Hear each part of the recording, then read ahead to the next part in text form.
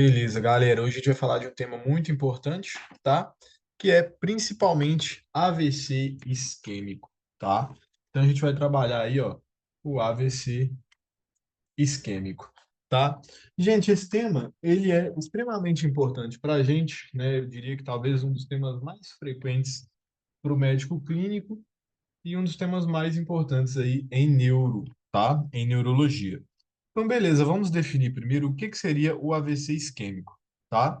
O AVC isquêmico a gente pode definir, gente, que é basicamente um infarto encefálico, tá? A gente pode definir isso, tá? O que que acontece aqui pra gente?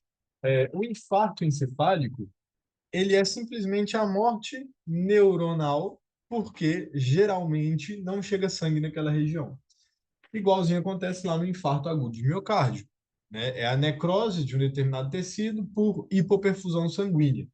Então, quando a gente fala que isso é isquêmico, significa que justamente deixou de chegar sangue ali. É diferente do contexto do AVC hemorrágico. O AVC hemorrágico teve uma ruptura, uma fragmentação daquele vaso e o sangue extravasou para algum lado e por isso você tem hipoperfusão. Tá? Então, primeiro aqui que a gente vai trabalhar é AVC isquêmico, tá? Que é basicamente a decorrência de um infarto encefálico, e eu gosto de colocar que ele tem dano estrutural e dano funcional, tá? De caráter irreversível, tá? Henrico, mas a gente tem uma pequena região que pode ser reversível, não tem? Tem. Essa região ou essa zona se chama zona de penumbra, tá? É uma pequena região que ela pode ser, sim, reversível. Beleza? O que que é isso, gente? Quando eu for pedir lá a tomografia, a gente vai ver a necessidade da tomografia. Quando eu for pedir a tomografia, eu vou ver uma pequena região, um pequeno halo ao redor desse sofrimento cerebral, que é um halo que foi comprometido pela hipoperfusão, por esse AVC, mas que ele ainda tem uma maior chance de sobrevivência, ou seja, dependendo da resolução médica que eu dou para o paciente, ele consegue recuperar aquela área cerebral que foi lesionada, tá? Então, devido a isso aí, a gente consegue já ter essa ideia de AVC, pelo menos do conceito de AVC e do conceito de zona de penumbra, tá? Gente, eu gostaria de dividir aqui, principalmente, a questão das etiologias do AVC. Eu gostaria, inicialmente, aqui de dividir em dois tipos, que são os dois tipos mais frequentes, lembrando que as minhas aulas são aulas atualizadas com conceitos atualizados, beleza? Então, a gente divide em dois conceitos aqui, duas etiologias do AVCI, ou duas classificações do AVCI, tá? Que seriam o AVC aterotrombótico, trombótico, e o AVCI cardioembólico, beleza? O cardioembólico, gente, majoritariamente é causado pelo quê? Fibrilação auricular. Vocês já tiveram aula de cardio. A aurícula fica fibrilando, fibrilando, fibrilando. Aquilo ali gera um trombo dentro da aurícula que uma hora ou outra pode parar aonde? No cérebro. É uma das consequências da fibrilação auricular, tá? E o aterotrombótico geralmente vai ser por uma placa de ateroma, né? Uma placa de ateroma a nível daquela artéria. Essa placa obstrui a artéria e o sangue não consegue mais chegar, tá? Então isso também é um tema importante, beleza? Agora, o que que eu quero lembrar para vocês, obviamente, né? Que a gente tem lá algumas artérias. A gente tem as artérias cerebrais, então a gente tem a artéria cerebral, tá? Só que para a gente chegar na formação das artérias cerebrais, a gente tem antes a artéria carótida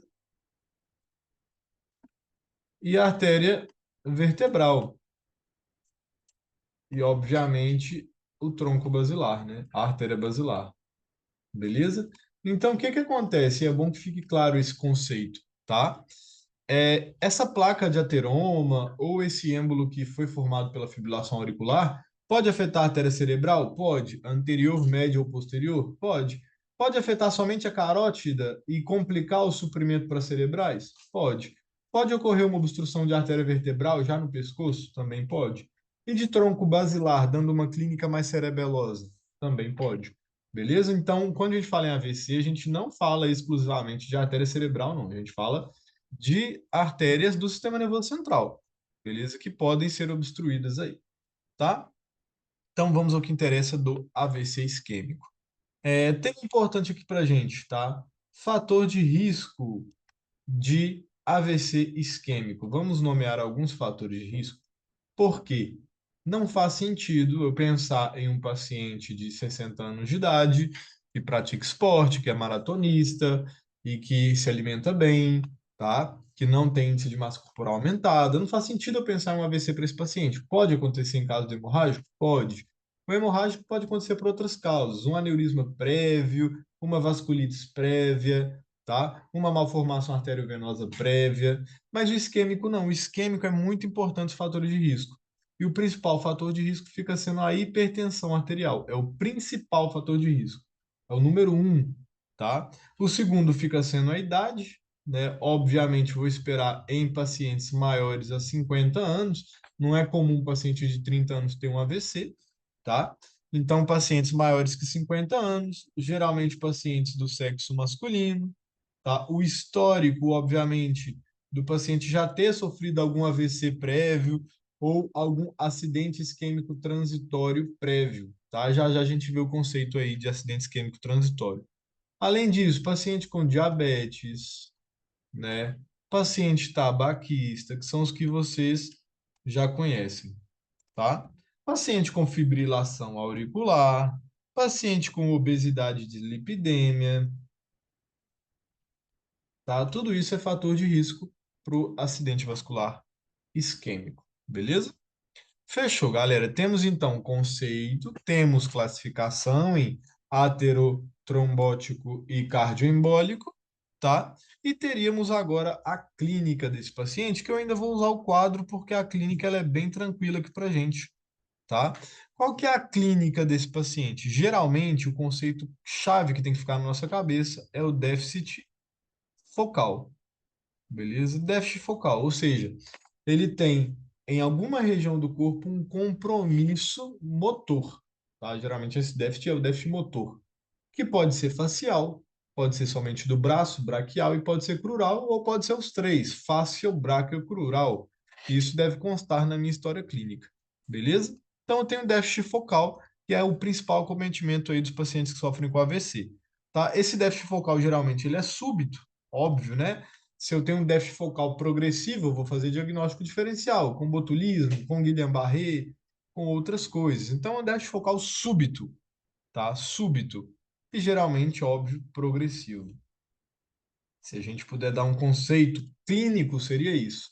Déficit focal súbito progressivo. O que que a gente tem principalmente? Temos diminuição da força, tá? Isso aí pode ser observado com as manobras de Barré e Miganzini lá no exame físico, tá? Lembrando que a força se avalia com a escala de Daniels. Eu já dei ali quando eu falei de síndrome de motoneurônio superior, tá? Então, de 1 a 5 ou de uma cruz a 5 cruzes é a avaliação da força da escala de Daniels, tá? Então, o exame físico veio diminuição da força de qual lado? Do lado que está afetado, obviamente, tá? Pode ter diminuição da sensibilidade? Pode também, beleza? Diminuição da sensibilidade do lado afetado. Pode ter um déficit visual, tá?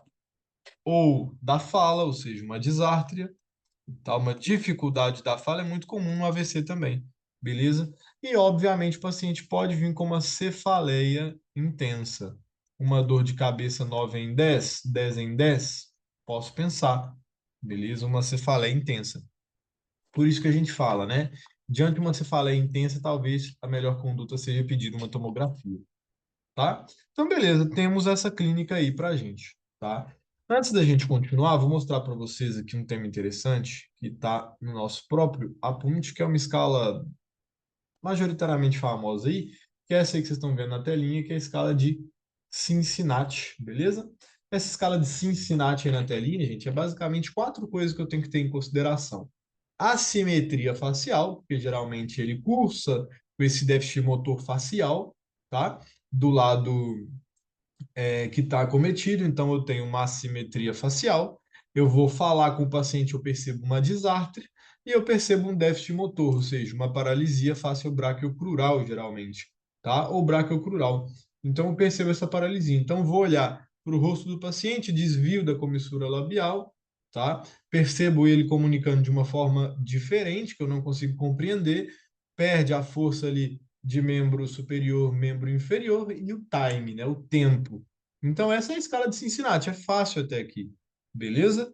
A escala de Cincinnati você consegue fazer em menos de um minuto, tá? Justamente com essas três perguntas, e ela tem um valor diagnóstico de AVC de até 72%. Então, ela é super útil.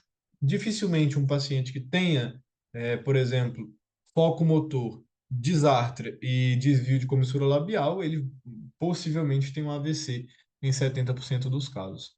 Beleza? Então, saibam essa escala de Cincinnati aí também, tá? Então, beleza, vamos voltar aqui ao que interessa, né?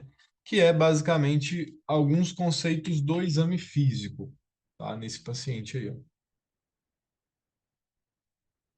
colocar aqui para a gente alguns conceitos do exame físico. Vou ir anotando aqui em números, que eu gosto bem de separar os resumos dessa forma, tá, gente? Para ficar mais fácil para a gente entender, tá? Então, no exame físico aí, eu posso ter hemiparésia ou simplesmente monoparésia, ou seja, pode me parar só um membro? Pode, tá? Mas geralmente é hemiparésia, ou seja, metade de um hemicorpo e geralmente faciobranquiocrural. Então, eu vou colocar aqui hemiparésia, quando a gente faz a análise e avaliação do exame físico. Déficit sensorial? Sim. Déficit de campo visual? Também. Disártria? Dificuldade na fala? Pode ter. Diplopia, que é interessante, né? Visão dupla? Pode ter também. Desvio labial no exame físico? Pode ser percebido. Atáxia, tá? E afásia. Beleza? Então, são algumas coisinhas aí do exame físico que podem aparecer para a gente no paciente com AVC isquêmico. Lembrando que a gente está falando do AVC isquêmico. Beleza? Então, a gente falou conceito, a gente falou fator de risco, a gente trabalhou a clínica desse paciente, beleza? Agora vamos para algumas questões clínicas aqui que chamam bastante atenção para a gente a nível mais atualizado, tá? A gente tem que fazer um diagnóstico óbvio, né, de AVC isquêmico com o AVC hemorrágico. Vou anotar aí para a gente. Então, AVC isquêmico, a gente vai diferenciar do AVC hemorrágico, que é o AVCH, beleza? E quando a gente fala de AVCH, a gente pensa em algumas coisinhas da clínica que confirmam um pouco mais, ou pelo menos pendulam um pouco mais para o diagnóstico de AVC hemorrágico, beleza? Agora, se perguntarem assim, como que eu faço o diagnóstico diferencial de AVC isquêmico de hemorrágico? A resposta é tomografia de crânio, tá? Tomografia de crânio sem contraste, pelo amor de Deus, tá? Sem contraste. Beleza, então TAC é a única forma de diferenciar AVC isquêmico de AVC hemorrágico. Porém, o AVC hemorrágico ele tem as suas marcas, beleza? E ele tem certas aparências clínicas que têm maior valor preditivo positivo para que seja AVC hemorrágico, tá? Como, por exemplo, coma, paciente que já chega no estado de coma, paciente que chega com uma rigidez de nuca, paciente que já chega com convulsão. Outro dado, isso é importantíssimo, a pressão arterial diastólica maior a 110. O paciente com AVC ele pode ser uma crise hipertensiva, pode ser uma emergência hipertensiva com AVC. Só que o aumento da diastólica, não diria sobre a sistólica não, mas o aumento de diastólica me fala um pouco de AVC hemorrágico, tá? E a presença de vômitos.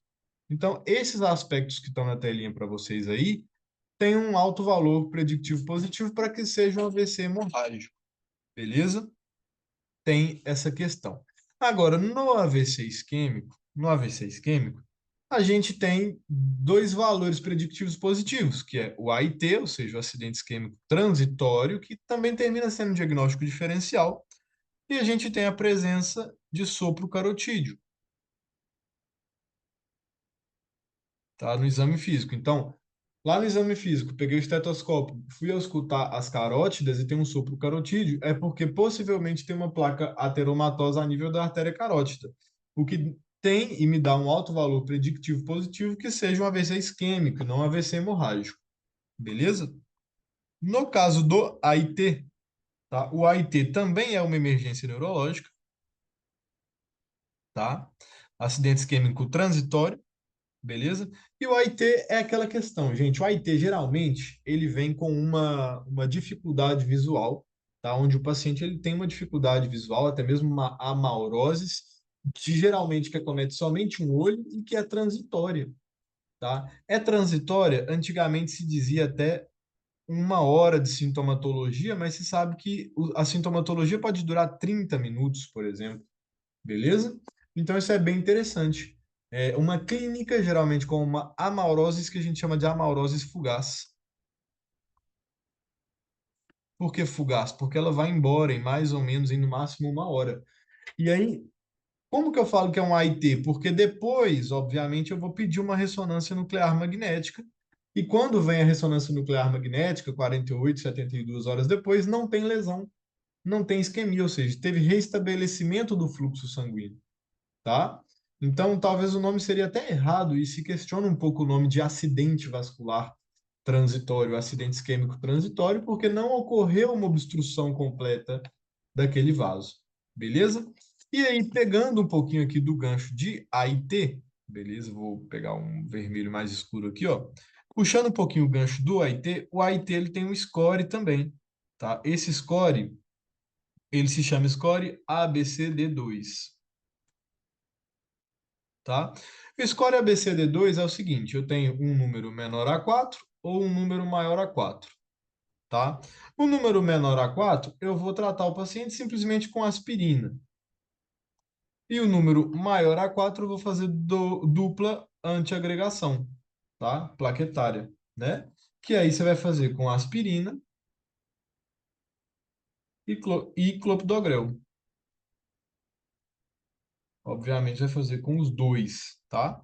Aspirina em valores de 160 a 325 e o clopidogrel com valor de 300 a 600 miligramas. Beleza? Então, Henrico, não entendi muito disso. Calma, é muito tranquilo. O paciente vai chegar no hospital falando que teve uma amaurose em casa por aí, nem tá com a sintomatologia na hora, porque foi muito rápido, muito transitório. É perigoso o paciente nem ir no hospital, mas ele vai, porque ele perdeu a visão ali em um olho durante 5 minutos, 10 minutos. Foi no hospital, fizemos uma tomografia, não tem nada na tomografia sem contraste. No AVC isquêmico pode ser mesmo que não tenha nada. Aí a gente encaminha para ressonância nuclear magnética. Não tem lesão na ressonância nuclear magnética após 24, 72 horas. Esse paciente provavelmente teve um AIT. Chamo o paciente, faço o score ABCD2 e vejo menor a 4, o tratamento dele vai ser aspirina. Maior a 4, o tratamento dele vai ser dupla antiagregação plaquetária, o DAP, tá?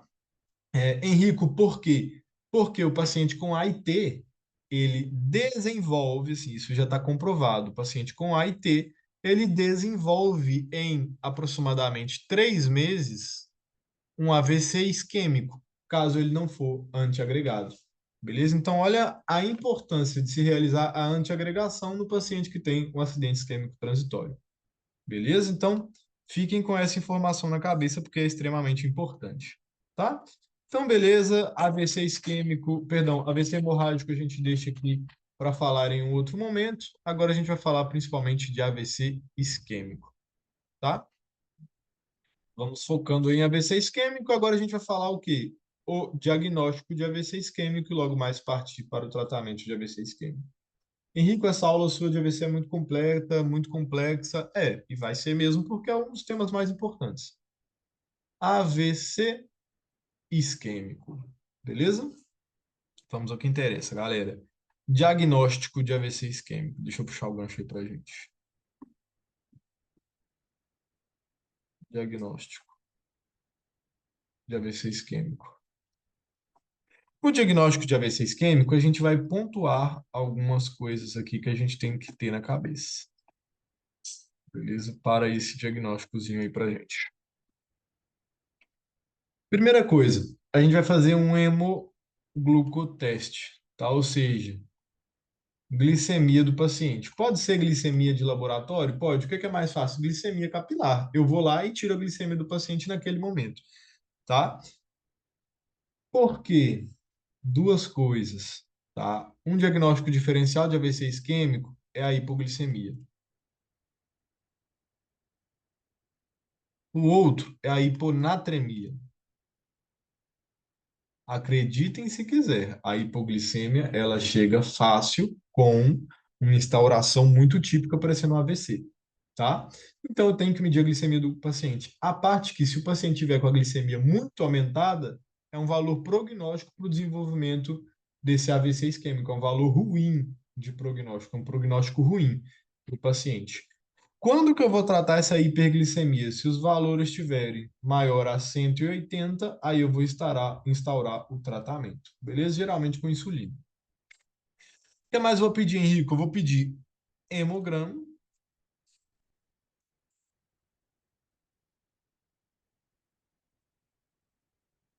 vou pedir coagulograma, vou pedir eletrólitos, ou seja, ionograma, né? Por quê? A hiponatremia também é um diagnóstico diferencial. Vou pedir função renal, vou colocar o FR de função renal, e vou pedir enzimas cardíacas, tá? Lembrando que uma das CPKs, ela é produzida a nível do brain, né? Principalmente CPK-MB, produzida a nível do cérebro. Então tem um certo valor prognóstico para a gente também, as enzimas cardíacas, tá? E, obviamente, eu coloquei como número 3, mas vai ser o nosso primordial, a tomografia sem contraste, né? Essa tomografia eu vou fazer o pedido dela sem contraste, tá? Para que que eu vou fazer inicialmente? Para diferenciar de AVC hemorrágico. E depois, quando que eu vou fazer? Vou fazer às 24 até as primeiras 72 horas para poder dar o diagnóstico, tá?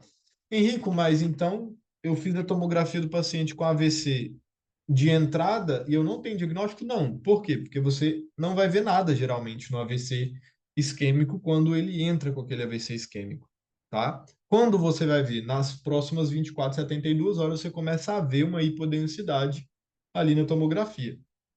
Mas no início, a tomografia de entrada, sem contraste, é simplesmente um dia para eu fazer o diagnóstico diferencial entre esse AVC é um AVC isquêmico ou ele é um AVC hemorrágico, beleza? Então preciso de ter a tomografia em mente por causa disso. Henrico, posso fazer ressonância nuclear magnética? Pode. Ela me ajuda muito a ver a área de penumbra desse paciente, tá? Ou seja, se eu tenho que fazer uma reperfusão rápida no paciente e talvez ele já passou um pouco ali da janela terapêutica, eu posso fazer uma ressonância nuclear magnética, ver se a área de penumbra é muito grande, e se for grande, eu posso fazer obviamente com consulta com um neurologista, eu posso fazer aí a reperfusão. Então, ressonância nuclear magnética é muito útil, porém é pouco disponível e muito caro. Então, por aí a gente não vai ter esse estudo disponível para estudar o paciente com AVC isquêmico, tá? Vou fazer um eletrocardiograma, um ECG. Esse ECG, obviamente, para buscar talvez a causa, que seja uma fibrilação auricular. Posso fazer um ecocardio, né, para ver se tem presença de trombo, por exemplo, dentro de alguma dessas aurículas, tá? Porque isso aí, a continuidade dessa FA pode piorar o quadro do AVC. E logo depois, obviamente, depois que o paciente já está estabilizado, eu vou estudar as causas com Doppler, tá? De vasos do queixo, mas a gente tem que saber quais são os vasos do queixo, né? Então é Doppler carotídeo mais de artérias vertebrais. Além disso, eu vou fazer um Holter com eletrocardiograma de 24 horas e posso estudar a presença de vasculites, né? Será que esse paciente tem alguma vasculites, alguma autoimunidade que predispôs à formação de trombos, tá? Para poder gerar esse AVC? Então também vou pensar dessa forma, tá? É algo importante aqui que pouca gente acredita, mas é verdade. Suponhamos que chegou um paciente com AVC agora, e ele é, até o momento, um paciente candidato a fazer fibrinolise. Eu não tenho que esperar o hemograma, eu não tenho que esperar o coagulograma, não tenho que esperar eletrólito, função renal e enzima cardíaca, eu não espero, beleza? Então as guias elas falam, gente, não espere o resultado laboratorial para entrar com o tratamento de fibrinolises. Não espere, beleza?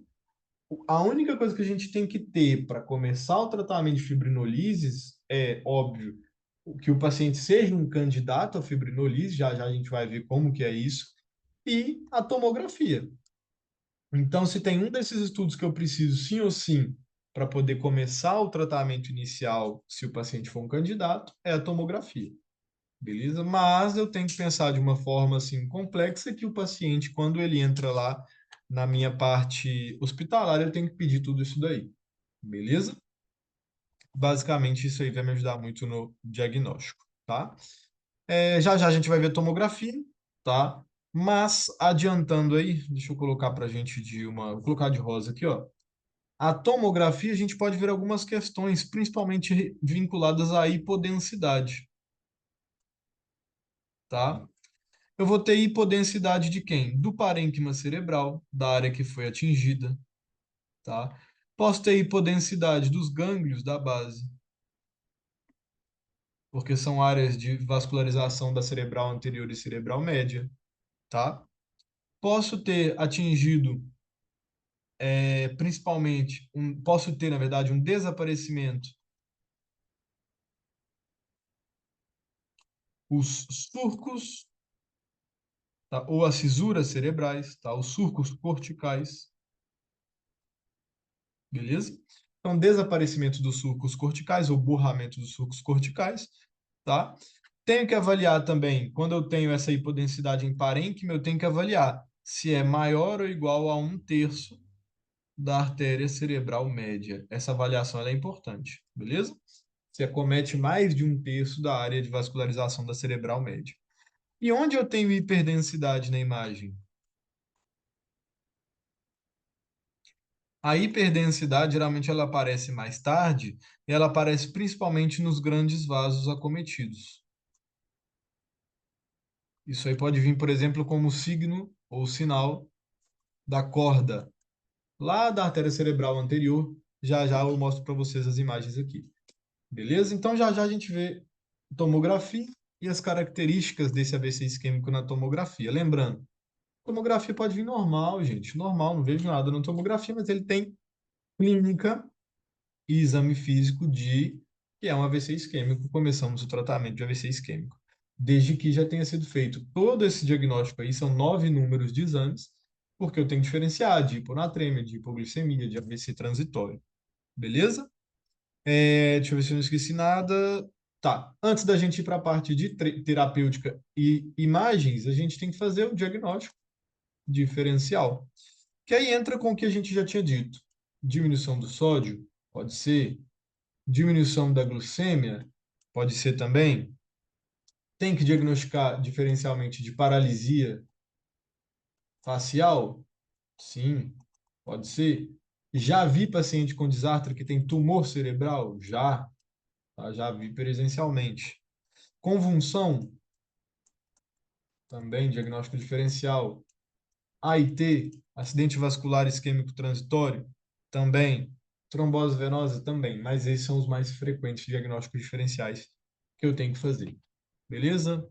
Chega de falação, vamos ver um pouco de imagens. Deixa eu subir aqui para vocês. Eu vou tirar isso daqui para a gente poder ter uma melhor visualização aqui das imagens. Escala de Cincinnati vimos. Alguns autores, tá, gente? Divide aqui, ó. Deixa eu pegar a minha caneta aqui. Alguns autores dividem a classificação do acidente isquêmico dessa forma aqui, tá? Não tem problema não. Que é aterosclerótico, enfermidade de pequeno vaso, que são os lacunares, tá? Criptogênico, cardioembólico, tá? E os os que são por outras causas, geralmente vasculites. Beleza? Vocês podem diferenciar dessa forma, mas aí mesmo já mostra que 50% é as causas que eu tinha dito: placa de ateroma e fibrilação auricular, geralmente. Vamos dizer então o que a gente fala. Aqui no Apunt também coloquei para vocês, isso vocês não têm que saber muito não, mas coloquei para vocês que dependendo da artéria cometida, a gente tem uma clínica para esse paciente. Isso aí é relevante até certo ponto, né? Porque não muda muito a minha conduta terapêutica. Talvez lá para o neurocirurgião, sim, tá? Beleza? Tá. Antes da gente ver aí, gente, essas imagens, a gente tem que saber que na tomografia é feito um outro score que é o Aspects, tá? O Aspect Score ele é feito justamente para poder identificar com uma determinada pontuação as áreas arteriais que foram lesionadas. Eu posso passar já isso para o neurologista, já pontuado e melhorar, facilitar a vida dele e do neurocirurgião. Vou falar, olha, o paciente teve um AVC de artéria cerebral média na zona tal, perto dos gânglios basais, fica mais específico, tá? O que que a gente vê aí, geralmente, tá? Algumas características. Deixa eu pegar a caneta aqui novamente. Beleza. Nessa imagem aí de baixo já fica muito claro, né? A gente tem, ó, uma hipodensidade, tá? Que afeta basicamente o lóbulo frontal, parietal, um pouco do temporal, ou seja, com certeza isso aqui é maior que um terço do território da artéria cerebral média, beleza? Um AVC extremamente grande, tá? Um compromisso isquêmico extremamente grande, é uma hipodensidade muito marcada. Aqui em cima já eu não tenho tão marcado assim essa nossa hipodensidade,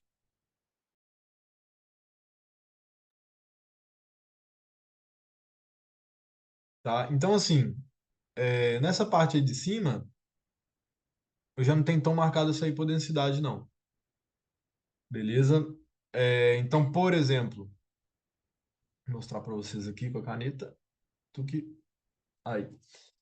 O que que a gente vai observar aí? A gente vai ver borramento dos surcos e das fissuras cerebrais. Então, deveria ter a cisura de Silva entrando aqui, a outra cisura de Silva mais nítida. Vejo uma hipodensidade de alguns gânglios da base. Mal vejo, na verdade, os gânglios da base, ali o caudado, tá? O putâmen e o globo pálido, tálamo. O tálamo aqui tem um pouquinho de hipodensidade nessa região. Não consigo ver bem as fisuras cerebrais, os surcos cerebrais. Então, tem um borramento, tá? Tanto dos gânglios da base quanto das fisuras cerebrais. Tem uma hipodensidade que, nesse momento, a gente não consegue identificar muito bem, facilmente poderia passar por vocês como uma tomografia de cérebro normal. E não tem problema nenhum, tá? Não tem problema nenhum. Porque o diagnóstico médico, ele previamente, pelo menos a suspeita clínica, tem que ser clínica, beleza? E não só dependendo de imagens. É, Bem, basicamente isso, tá? Depois a gente tem o NIH, que já já vou explicar para vocês, mas aqui a gente continua tendo áreas bem nítidas de hipodensidade cerebral, né? Então aqui a gente tem áreas de hipodensidade cerebral, tá? Aí de vermelho, onde eu vou marcar, a gente tem a hiperdensidade de grandes artérias, tá? Por aí essas artérias que foi, por exemplo, cerebral posterior foi uma das afetadas, tá? Então são questões que eu tenho que ter em mente, beleza? Basicamente isso. E vamos para a questão do tratamento. Vou voltar aqui a escrever um pouco para vocês sobre o tratamento.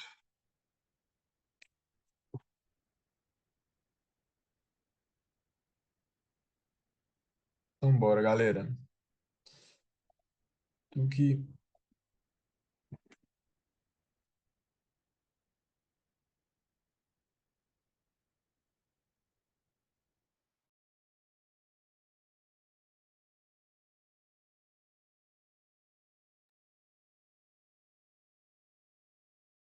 Beleza.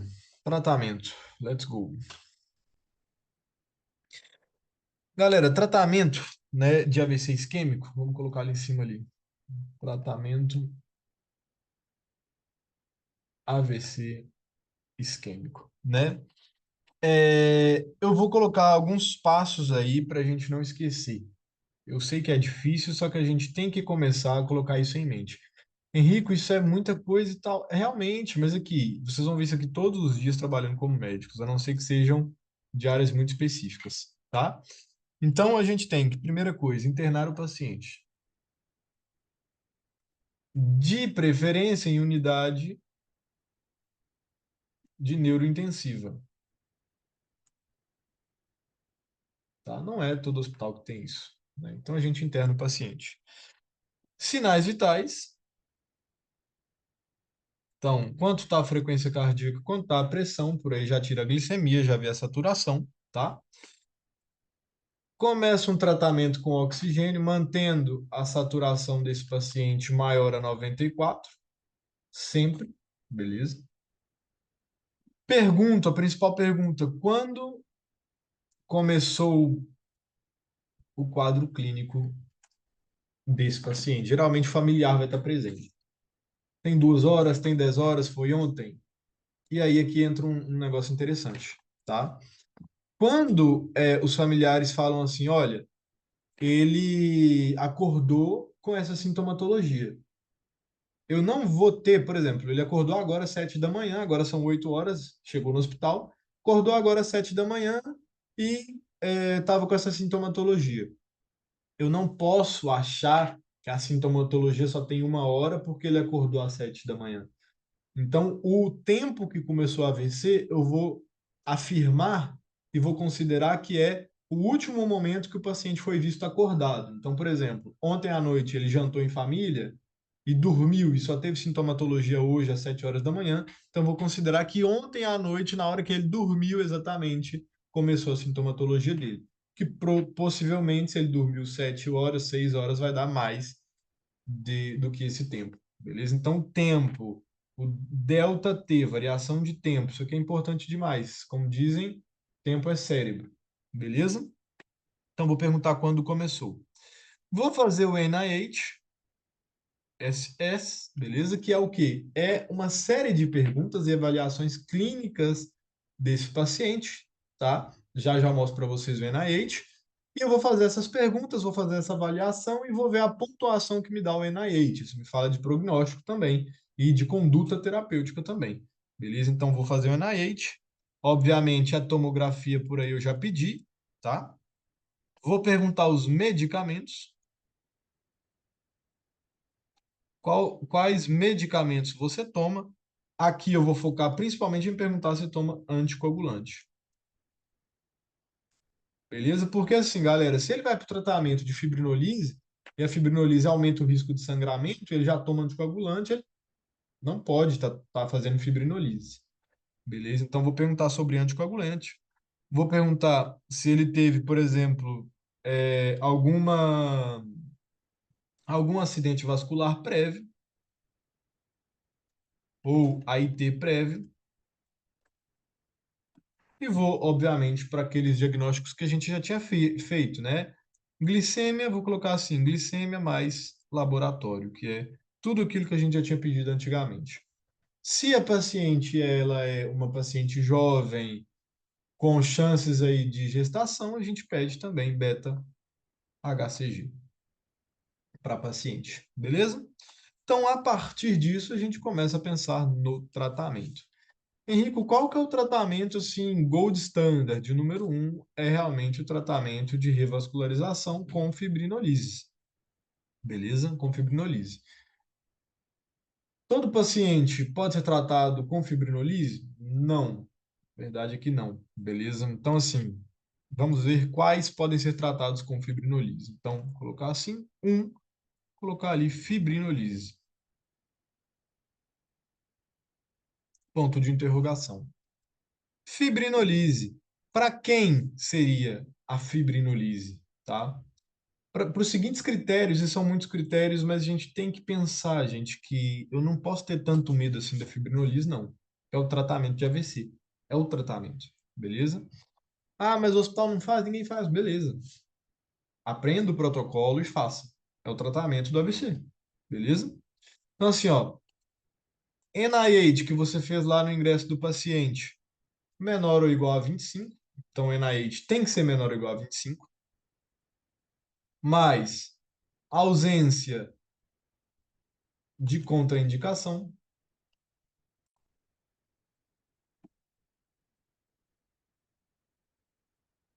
Beleza?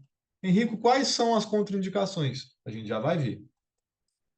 Para eu fazer a fibrinolise, também preciso que o paciente seja maior de idade.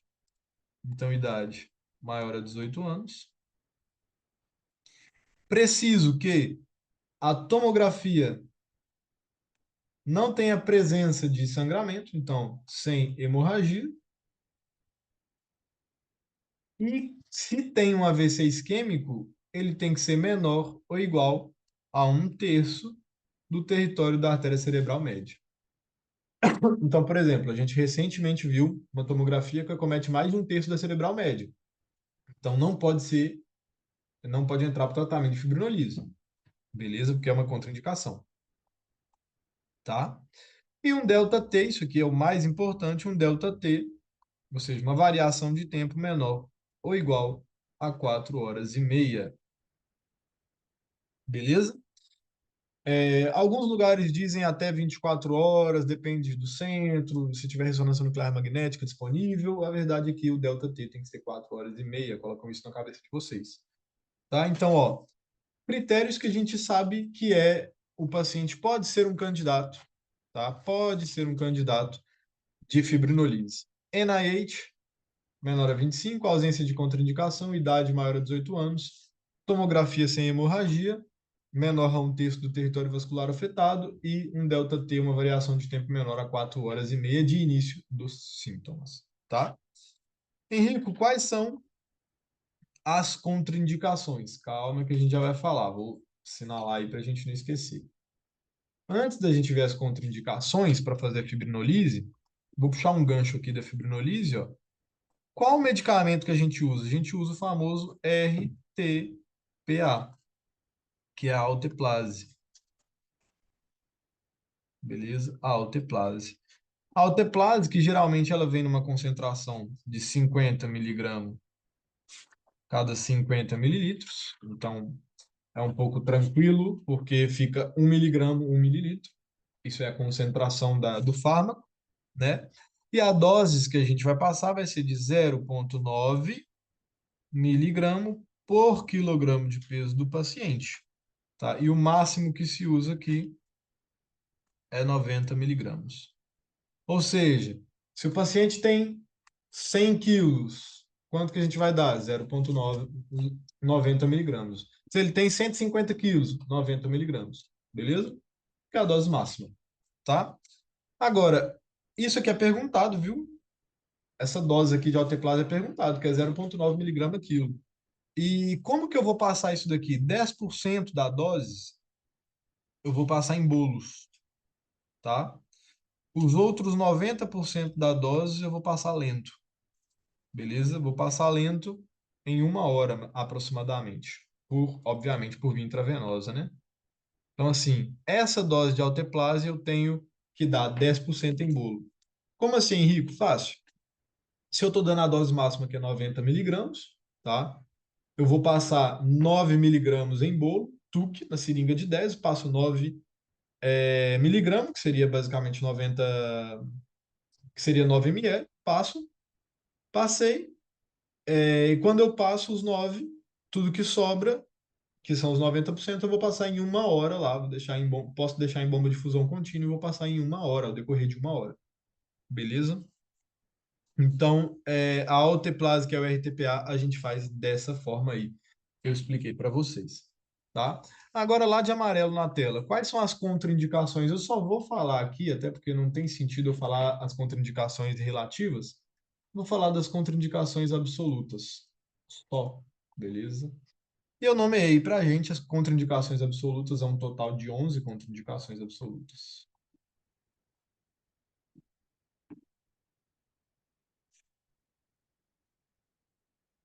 11 contraindicações absolutas. Henrique tem que saber de cabeça? Não, saibam as principais, as outras, se ocorre um paciente, olhem em algum lugar que possivelmente em alguma guia do próprio hospital, isso aí vai ajudar vocês, tá? Quais são as contraindicações absolutas, gente? AVC hemorrágico, obviamente, tá? Um AVC com mais de um terço do território afetado, um AVC nos últimos 3 meses, um AVC prévio de causa desconhecida, eu não sei a causa, também é uma contraindicação. Paciente com neoplase ou tumor cerebral. Essa neoplase é o trauma, tá, gente? Diastese trombótica, né? Ou seja, o paciente tem uma plaqueta menor a 100.000. Sangramento gastrointestinal, sangrou uma úlcera, teve uma hemorragia digestiva alta no último mês, também é uma contraindicação absoluta. Dissecção aórtica, nem falar. Punção de líquido cefalorraquídeo, tá? Ou biópsia hepática, realizada aí principalmente na última semana, ou prévio. Paciente anticoagulado, nem pensar. Se ele tiver um INR maior a 1,5. E cirurgia nas últimas 3 semanas, tá? Desculpa o ruído aí, gente. Meu vizinho resolveu quebrar a casa às 11 horas da noite que eu tô gravando. Enfim, 11 contraindicações, igualmente isso aí tá no PDF de vocês, tá? Hemorragia, AVC maior que um terço do território afetado, AVC nos últimos 3 meses, AVC prévio de causa desconhecida, neoplasia ou trauma, diastese, ou seja, plaquetopenia, né? Plaqueta menor a 100.000, sangramento gastrointestinal no último mês, pode ser hemorragia digestiva alta, pode ser sangramento de úlcera, dissecção aórtica, punção lombar ou biópsia hepática, paciente que está anticoagulado com o INR, né, o internacional, maior a 1,5 e cirurgia prévia nas últimas 3 semanas. Esses são os pacientes que eu falo assim, não, você não é um candidato para fibrinolise, beleza? Então, ainda, ó, eu tenho que ter, então, tudo que está de laranja e não posso ter nada do que está de amarelo para eu poder fazer e realizar a fibrinolise.